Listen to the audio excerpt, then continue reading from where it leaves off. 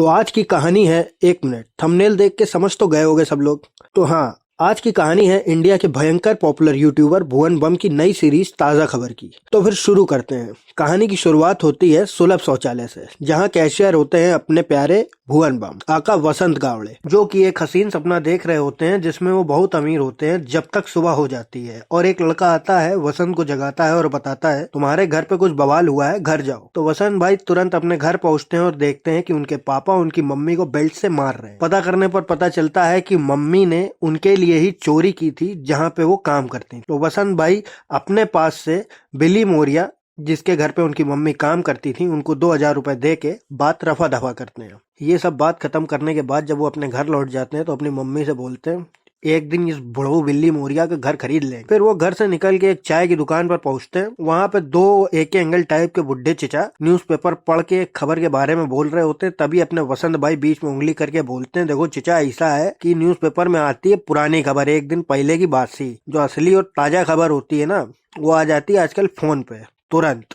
फिर अपने वसंत भाई खाना वाना पैक करवा के अपनी गर्लफ्रेंड के पास पहुंचते हैं, जिसका नाम होता है मधु, और वो होती है एक प्रोस्टिट्यूट, यानी कि खैर आप लोग समझ ही गए होंगे। पर आप लोग को शुरुआत में 2,000 रुपए वाला किस्सा तो याद ही होगा, पर ये नहीं समझ पाए कि एक शौचालय में काम करने वाले लड़के के पास 2,000 रुपए एकदम से आए कहाँ से। तो एक बात जान लो, वसंत भाई इतने सीधे हैं नहीं जितने दिख रहे हैं। क्या करें, टेढ़ा है पर मेरा गुरु है। वसंत भाई टट्टी की आड़ में हवाले का पैसा इधर उधर करते हैं, जो कि आता है आपा के थ्रू, और पैसा होता है शेट्टी भाई का। पर हाँ, वसंत भाई चरित्रहीन नहीं होते। उनकी गर्लफ्रेंड खुद होती है प्रोस्टिट्यूट, पर वसंत भाई कभी उनको हाथ भी नहीं लगाते। अफसोस। शेट्टी भाई इतने अच्छे नहीं होते और वो लगाते हैं। और अपने वसंत भैया ना चाहते हुए भी अपनी प्यूबिक हेयर को लाल कर लेते हैं। अब हाँ, जिनको प्यूबिक हेयर का मतलब नहीं पता वो जाके गूगल कर सकते हैं। और अपने शेट्टी भैया मधु दीदी के होते हैं आशिक, और उन्हें वसंत भाई और मधु दीदी का मिलना रास नहीं आता। खैर ये तो कलयुग है, जिसकी जेब में पैसा जमाना उसके जैसा। और वसंत भाई अपने अनवांटेड जॉब की तरफ वापस पहुंचते हैं तो देखते हैं शौचालय के अंदर भीड़ जमा है। पता करने पर पता चलता है कि एक बूढ़ी दादी पॉटी में करते करते बेहोश हो गई हैं। उनको उठाने के लिए कोई आगे भी नहीं आ रहा, लेकिन अपने वसंत भाई होते हैं दिल के बहुत अच्छे, एकदम हीरा। तो वो उनको उठा के उनके हाथ वाथ साफ करवाते हैं और अपनी गर्लफ्रेंड के दिए हुए पैसे भी उनको दे देते हैं, जो कि मधु ने उनको उनके गिफ्ट के लिए दिए होते हैं। अब दादी खुश होकर आशीर्वाद स्वरूप उनको एक कड़ा देती हैं, यानी कि एक चूड़ी देती हैं, और बोलती हैं आज से तुम किसी के मोहताज नहीं रहोगे, तुम्हें हर चीज वक्त से पहले मिल जाएगी। ऐसा बोल के वो दादी उड़नछू हो जाती है, यानी कि गायब हो जाती है।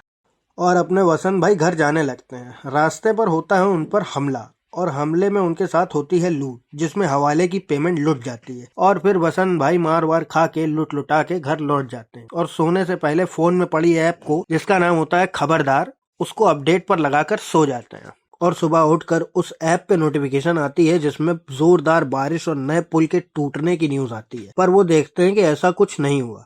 फिर वो अपने दोस्त पीटर के साथ उसी पुल के उद्घाटन में जाते हैं। तब फिर ये सोचते हैं कि ये पुल तो गिर गया था, पर न्यूज सही नहीं है। अब यहाँ पर सारे दर्शकों को ये समझ आ जाता है कि वो ऐप फ्यूचर की खबर दिखा रही है, लेकिन अपने वसंत भाई का साबुन होता है स्लो, तो उनको समझ में नहीं आता है।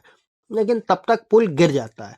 अब यहाँ से वसंत भाई को भी समझ में आ जाता है कि असल में मामला क्या है। तो वसंत भाई अपने दोस्त को हॉस्पिटल लेके पहुंचते हैं, जो कि होता है घायल। और देखते हैं ऐप में एक दो खबर और आई हैं। मुंबई के भयखला में अचानक हुआ पावर कट, मुंबई लाल बाग में साइकिल मोर्चा, सड़कें जाम, अभिनेता राज आर्यन हुए गिरफ्तार। और फिर वसंत भाई ये सब बातें सबको बताते हैं, पर कोई यकीन नहीं करता। उनकी गर्लफ्रेंड भी यकीन नहीं करती और बोलती है शेट्टी भाई का पैसा कैसे लौटाओगे, ये सोचो, दुनिया भर की बीसी ना करो। एक नोटिफिकेशन और आता है जिसमें शेट्टी भाई की पार्टी बदलने की न्यूज होती है, पर मधु दीदी मानती नहीं है। थोड़ी देर बाद सब सच हो जाता है। फिर वसंत भाई अपने दोस्त पीटर को भी ये बात बताते हैं। पीटर होता है फुल पोके में, यानी कि नशे में। पहले तो मानता नहीं है। फिर वसंत भाई बताते हैं कि कल चोर बाजार में एक फ्लावर पॉट बिकने वाला है जिसकी कीमत 50,000 है, जो कि असल में 9 लाख का है। तो 9 लाख के लालच में पीटर मान जाता है, पर दोनों के पास 50,000 तो होते नहीं है। 50,000 क्या 500 नहीं होते हैं। अगले दिन वसंत भाई पहुंचते हैं महबूब भाई के पास, जो कि एक बेकरी चलाते हैं, और उनको भी पूरी कहानी सुनाकर मदद मांगते हैं। पर एज यूजुअल बात कौन मानने वाला था, वो भी विश्वास नहीं करते और मना कर देते हैं। तभी आता है पीटर, जो कि होता बहुत चीमट दिमाग का। वो महबूब भाई और मधु दीदी को अपने बाप के मरने की झूठी खबर सुनाकर पैसे ले आता है। फिर दोनों लोग पहुंचते हैं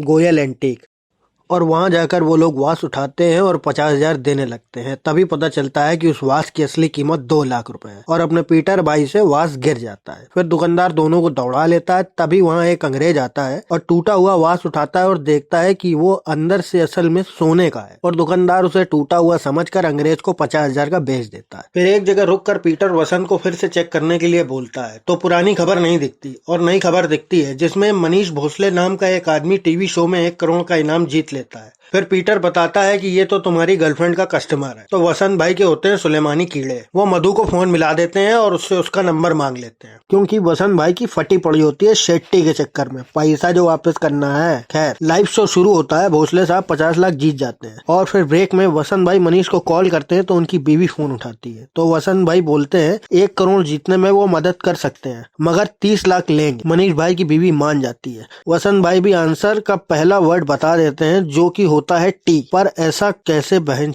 लास्ट सवाल के 4 ऑप्शन में से 2 ऑप्शन बी और डी दोनों ही टी से शुरू होते हैं। तो अपने मनीष भाई अंधी माता की जय बोल के बी को लॉक कर देते हैं और पैसे जीत जाते हैं। तो अब वसंत भाई खुश होकर पीटर, मधु, महबूब भाई और उनकी बेटी शाजिया को उनकी बेकरी में बुलाते हैं सबको बिजनेस पार्टनर बनाने के लिए।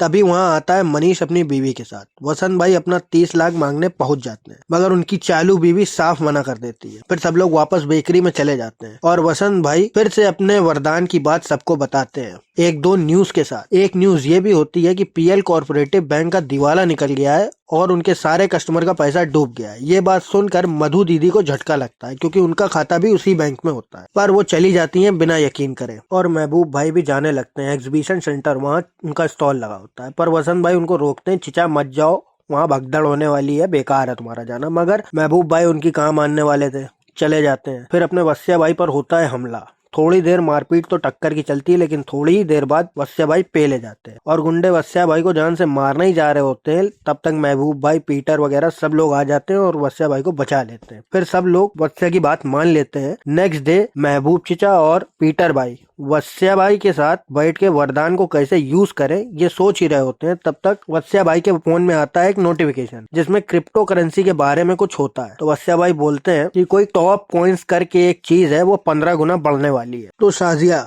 डिजिटल करेंसी के बारे में सबको समझाती है। सब लोग खुश हो जाते हैं पर अभी भी एक लोचा होता है, पैसा तो किसी के पास होता नहीं है। तो शाजिया अपने बॉयफ्रेंड वसीम से कह के 2 लाख के टॉप कॉइन्स खरीदवा लेती है। फिर वही होता है जो मेरे गुरुजी कहते हैं, यानी कि भुवन भाई कहते हैं, 2 के बन जाते हैं 30। फिर गुरुजी अपनी मधु डार्लिंग को कोठे से पैसे देके छुड़वा लाते हैं। सिंपल भाषा में बोले तो खरीद लाते हैं। पर ये तो अभी शुरुआत है, अब जब पैसा आता है ना दोस्त तो घमंड भी आ ही जाता है। दूसरी तरफ शेट्टी भाई पहुंचते हैं कोठे पे खुशी मनाने अपनी नई पार्टी से सीट मिलने की और मधु को पूछते हैं। तो आपा बोलते हैं कि वस्या भैया आए थे, रुपया कैश रोकड़ा दे के गए हैं और मधु भाभी को लेके गए हैं। यहाँ पे शेट्टी भैया के प्यूबिक हेयर भी लाल हो जाते हैं, यानी कि उसमें आग लग जाती है। गजब बेइज्जती है। तो वस्या भाई के तो होते हैं सुलेमानी कीड़े। अब वो क्रिकेट पे बैटिंग शुरू करते हैं। तो बैटिंग शुरू होती है वरदान के नाम से। फिर क्या, पैसा ही पैसा, सब लोग माला माल हो गए। अब वस्या भाई पहुंचते हैं अपनी मम्मी के पास पैसे और गिफ्ट लेकर। अब माँ तो माँ होती है, उसको सब चलता है, मगर उनके पापा को उनके हराम की कमाई का 1 भी रुपया नहीं चाहिए। वो कुछ भी नहीं लेते और मना कर देते हैं। और इधर शेट्टी भाई दारू पी के मधु की याद में आपा कोई आगोश में ले लेते हैं। और इतने सारे पैसे कमाने के बाद वस्या भाई फिर पहुंचते हैं बिली मोरिया के घर, उसका घर खरीदने। मगर बिली मोरिया होता बहुत कलाकार, वो वस्या को धक्के मार के घर से निकाल देता है। वस्या भैया जो है अपने खिसिया जाते हैं। खिसिया के करते भी क्या, वापस पहुंचते हैं अपने काम पर। न्यूज पढ़ ही रहे होते हैं, चिंच पोखली के टायर फैक्ट्री में लगी आग। ये बात सुनते ही महबूब भाई वस्या भाई से बोलते हैं चलो फायर ब्रिगेड को फोन करते हैं, बता देते हैं जिससे कुछ नुकसान ना हो, लोग बच जाएं। तो वस्या भाई होते हैं थोड़ा पैसे की गर्मी में बोलते हैं हमें जाने दो चिचा, जिनका काम है वो देख लेंगे, तुम कहा इतना बड़ी अम्मा बनना बीच में। फिर क्या, कुछ नहीं। उसी रात वस्या भैया अपने घर पहुंचते हैं अपनी मम्मी पापा से मिलने। तो देखते हैं उनके पापा जी जो है वो जल गए हैं। तो पता चलता है जिस फैक्ट्री में आग लगनी थी उसी फैक्ट्री में आग लगी है, उसी चक्कर में जल गए। लेकिन वस्या भैया को कुछ खास फर्क पड़ता नहीं है क्योंकि उनको जो होता है ना दौलत का नशा हो गया होता भयंकर वाला। अब पॉइंट की बात यह है कि वस्या भाई की जो टीम है उसके सभी लोग अपनी लाइफ में इतना पैसा कमाने के बाद भी संतुलित हैं, मगर वस्या भाई का संतुलन कुछ ठीक नहीं लग रहा। तभी वो मधु के साथ आपा से मिलने पहुंचते हैं। तो वहाँ आपा उनको बड़े पैमाने पे बैटिंग करने की राय देती है। अब यहाँ पे बोला जाए तो जहाँ नाश वहाँ सवा सत्यानाश। तो आपा वस्या भैया को वांटेड वाले चिचा से मिलवाती है जिसको सलमान भाई ने पेला था, याद ही होगा सबको। उनका नाम होता है किस्मत भाई। और फिर क्या, सट्टेबाजी बड़े पैमाने पे होने लगी और जीतना तो जैसे वस्या भाई की कुंडली में प्रिंट हो गया हो। एक तरफ आपा जान वस्या भाई को आगे बढ़ाती हैं और दूसरी तरफ शेट्टी भाई से बोल के लाइन करवा देती हैं। वस्या भाई धर लिए जाते हैं पर वस्या भाई पुलिस को बैटिंग जितवाने का वादा करके छूट जाते हैं। पर छूटने के बाद वस्या भाई को अपने टीममेट पे शक होता है और वो किसी को उस दिन बैटिंग करने नहीं देते हैं। पर दूसरी तरफ दरोगा को मैच जितवा भी देते हैं। फिर मधु दीदी बोलती हम लोगों पे शक ना करो, ये किसी बाहर वाले का काम है। पर असली लाइन तो आपा ने कराई है, बट ये बात वस्या को नहीं पता। और दूसरी तरफ आपा शेट्टी को सॉलिड प्लान बताती है, बोलती है रंगे हाथ पकड़ो तो कोई बात बने, क्योंकि बगैर सबूत के कोई क्रिमिनल घोषित नहीं होता। फिर वस्या भाई पुलिस के डर से अपनी मम्मी को घर से निकाल के अपनी टीम के पास होटल में रख लेते हैं। तो जैसा कि हमने बताया, वस्या भाई को छोड़कर सब अपने फ्यूचर को ठीक रखने के लिए कुछ न कुछ कर रहे थे। तो मधु दीदी ने अपना मधु क्रिएशन को ऑफिशियली लॉन्च करने के लिए शाजिया से बोलती हैं। शाजिया बोलती है ये थोड़ा मुश्किल है, और वस्या भाई है ना, उनके लिए क्या ही चीज मुश्किल है। वो एक हीरोइन से मधु क्रिएशन का एड शूट करवाते हैं। दूसरी तरफ शेट्टी भाई वस्या को अंदर कराने की प्लानिंग में लगे होते हैं और वस्या भाई इधर मधु दीदी को डेट पे लेके जाते हैं। वहाँ मधु दीदी और वस्या भाई की लपजप हो जाती है। मधु दीदी को लगता है वस्या भाई सुहानी द एक्ट्रेस के चक्कर में लगे हैं, पर वस्या भाई बताते हैं कि उन्होंने न्यूज देखी थी, सुहानी डिप्रेशन में थी, सुसाइड करने वाली थी, इसीलिए उसको पैसे से मदद करके उसको बचा लिया। अब ये बात तो जो है कि मधु दीदी समझती नहीं है, वो चिल्लाती विल्लाती हैं, जाने लगती हैं। तभी वस्या भाई रोकते हैं, कहते हैं देखो यार, हम तुमको प्रपोज करने आए थे यहाँ शादी वादी के लिए, तुम यहाँ लड़ाई झगड़ा कर रही हो यार, ये तो गलत बात है। बस वो प्रपोज करते हैं तो मधु दीदी खुश हो जाती हैं। यहाँ पे चुम्मा घसीटम होने ही वाला था कि तभी एकदम फोन आता है। Kabira speaking. Sorry sorry sorry sorry sorry joke था। तो फोन आता है शेट्टी भाई का, वो होते हैं बम्पर नशे। फिर नशे में शेट्टी भाई अपनी असलियत अपने मुंह से खुद ही हक देते हैं। पुलिस की लाइन से लेके शुरुआत में हुए हमले का क्रेडिट भी लेते हैं, बोलते हैं आगे भी ये काम चालू रहेगा। अब वस्या भाई को पूरा खेल समझ आ जाता है, मगर वस्या भाई की आवाज में गर्मी और दिमाग में पैसों का गुरूर आ गया था। शुरू होती है बैटिंग। दूसरी तरफ पुलिस वाले वरदान नाम यानी कि वस्या भाई की बैटिंग पे बास की तरह नजर धरे होते हैं, और इधर वस्या भाई टेंशन में और गुरूर में अपनी ही टीम की माँ बहन सेक देते हैं। ऑस्ट्रेलिया वर्सेस न्यूजीलैंड में वस्या भाई राठौर साहब यानी कि इंस्पेक्टर साहब की जितनी रकम होती है पूरे का पूरा पैसा ऑस्ट्रेलिया पे लगवा देते हैं और ऑस्ट्रेलिया जाता है हार। तो बात सिंपल है, वस्या भाई पुलिस और शेट्टी का चूतिया काट रहे थे, क्योंकि पुलिस उनको मैच फिक्सिंग के इल्जाम में धरना चाहती थी। पर हुआ उल्टा, वस्या भाई खुद दरोगा राठौर को ब्लैकमेल कर देते हैं, और पुलिस तो पुलिस, वो कहाँ रुकने वाली है, वो वस्या इन टीम के ठिकानों पर छापा मारती है, पर मिलता कुछ भी नहीं। दूसरी तरफ वस्या भाई समुंदर के किनारे आराम से बैठ के सिगरेट विगरेट फूक रहे होते हैं। तभी उनकी नजर पड़ती है खेलते हुए बच्चों की तरफ। वहाँ उनको दिखता है बिली मोरिया की कुतिया, जिसका नाम होता है कनीज। तभी वो देखते हैं अपने ऐप में, जिसमें न्यूज होती है खार नाके में मिली लापता कुतिया, मालिक 50 लाख का इनाम देने से मुकरा।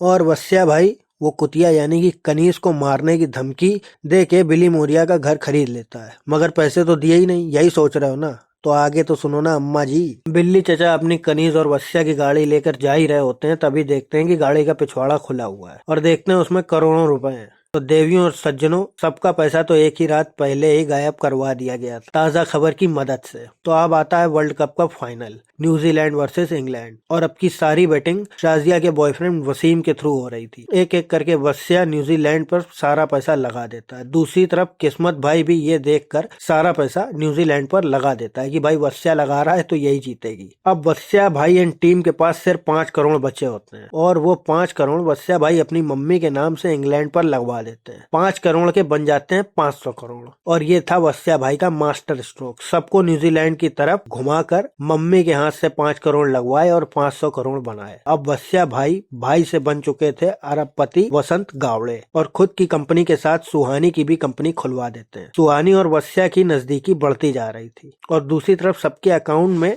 बैलेंस थोड़ा लो होता जा रहा। फिर क्या, फिर आती है न्यू ईयर की रात, एक गरम ताजा खबर के साथ। ताजा खबर होती है ये MMS कांड, डिप्टी CM शेट्टी और मधु विवादों में। और वहाँ आते हैं एक बिन बुलाए मेहमान, यानी कि मिस्टर शेट्टी। शेट्टी और वसंत के बीच होती है मीठी नोकझोंक मधु को लेके, और फिर वसंत के प्यूबिक हेयर को लाल करने के लिए शेट्टी अपने जूते उसके पापा से उसके सामने ही साफ करवाता है और फिर चला जाता है। एक तरफ पापा की बेइज्जती का गुस्सा और दूसरी तरफ मधु के एमएमएस का गुस्सा वसंत भाई के दिमाग पर चढ़ा होता है और वो जाके सुहानी द हीरोइन की चुम्मी घसीट लेते हैं। फिर क्या, मधु आके एक कंटाप मारती है, खेला समाप्त। वस्या भाई सबको पार्टी से गाली बक के भगा देते हैं। फिर वस्या भाई की मम्मी आती है और बोलती है, तुम्हारे और तुम्हारे बाप में ज्यादा फर्क नहीं है सिवाय एक के कि वो कभी बदला नहीं। इधर वसंत भाई गाड़ी लेके निकल पड़ते हैं, उधर मधु वापस अपने कोठे के उसी कमरे पर पहुंच जाती हैं। वहां आते हैं शेट्टी भाई, फिर आपा जो कि होती है बहुत बड़ी चिरंदिन। वो चुपके से दोनों की फोटो घसीट लेती हैं। शेट्टी भाई बिना कुछ किए वापस चले जाते हैं और वसंत भाई अपने पापा से मिलने पहुंचते हैं। वो सो रहे होते हैं और मोबाइल पर आती है एक खबर जिसमें लिखा होता है, मुंबई उद्योगपति वसंत गावड़े की हत्या। अब यहाँ पे वसंत गावड़े के पिछवाड़े से धुआं निकलता है और वो शॉक्ड हो जाते हैं और कहानी हो जाती है टू बी कंटिन्यूड।